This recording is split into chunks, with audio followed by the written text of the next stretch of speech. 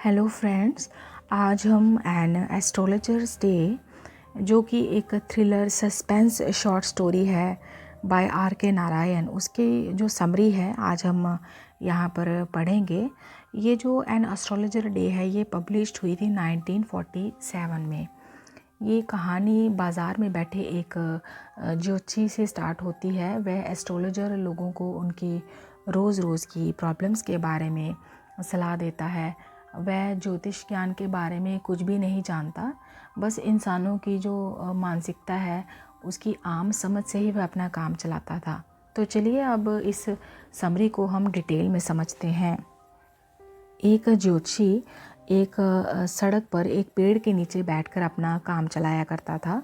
वह अपना काम दोपहर में शुरू करता था और तब तक बैठा रहता था जब तक उसे पड़ोस की दुकानों की रोशनी मिलती रहती थी। वह लोगों को उनकी रोज़ रोज़ की प्रॉब्लम्स के बारे में सलाह देता था, उनकी प्रॉब्लम के सल्यूशन बताता था। ज्योतिषी को ग्रहों को या उनके ग्रह के ज्ञानों के बारे में कुछ भी नहीं पता था, उसको कोई ज्ञान नहीं था, क्योंकि उसे अपने जीवन में ज्योतिषी बनने का तो कभी इरादा नहीं किया था। उसे बिना किसी को बताए अपना गांव छोड़ना पड़ा था।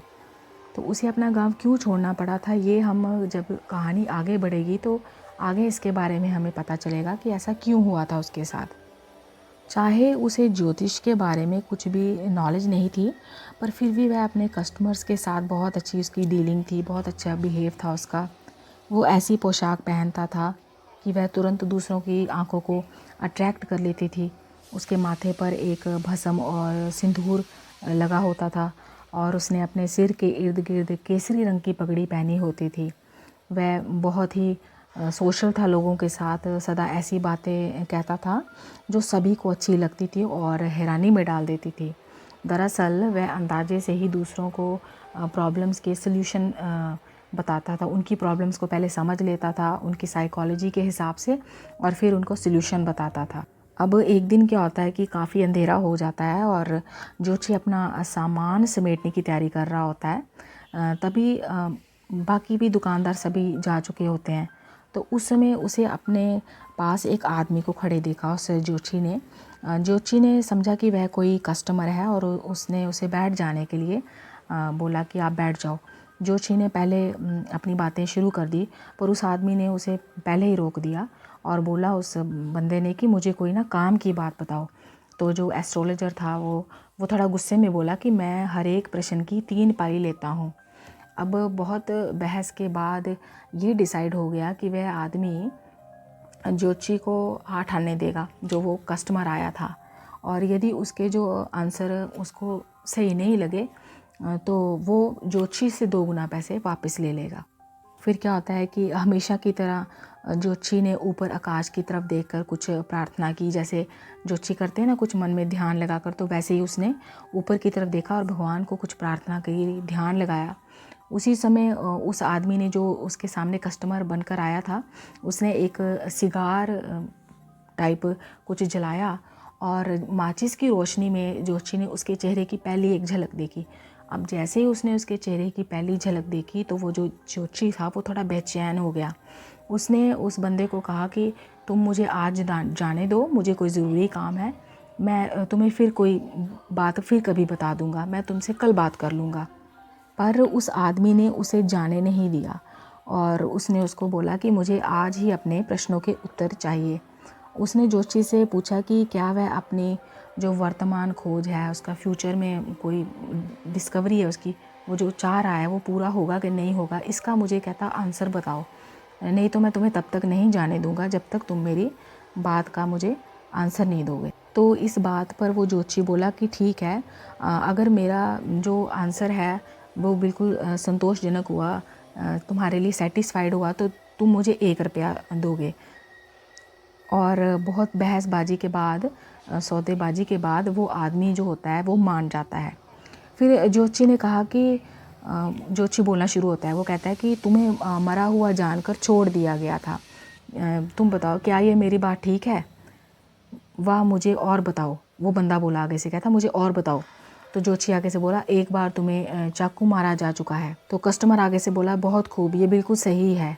और फिर जोशी ने आगे अपनी बात पूरी की और बोलता है कि तुम्हें फिर नज़दीक एक खेत में कुएं में धकेल दिया गया था, तुम्हें मरा हुआ समझकर वहीं छोड़ दिया गया था। फिर कस्टमर बोलता है कि हाँ, उस दिन मैं मर ही गया होता, अगर किसी राहगीर ने अचानक कुएं के अंदर की तरफ झांका ना होता तो मैं उस दिन मर ही गया होता।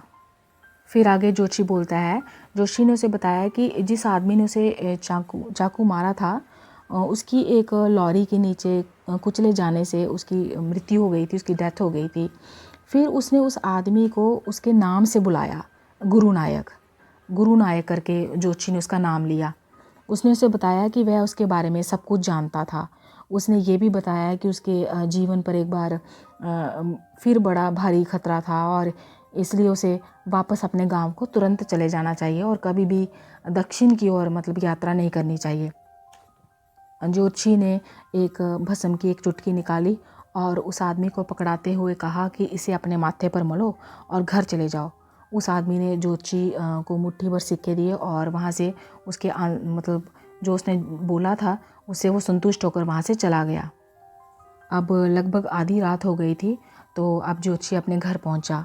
उसने अपनी पत्नी को बताया कि किस तरह उसे आज एक भारी बोझ से मुक्ति मिल गई थी। उसने अपनी वाइफ से कहा कि इतने सालों से मैं समझता रहा था कि मेरे हाथ से किसी आदमी के खून से रंगे हुए हैं। यही कारण था कि मैं घर से भाग आया था और यहाँ बस गया था और तुमसे शादी कर ली थी। वह आदमी तो जीवित है। तो दरअसल ये जो एस्ट्रोलॉजर है, ये वही आदमी था जिसने उस बंदे पे, उस कस्टमर पे जानलेवा हमला किया था और उसको मरा हुआ समझकर वो वहाँ से अपना गांव छोड़कर भाग आया था।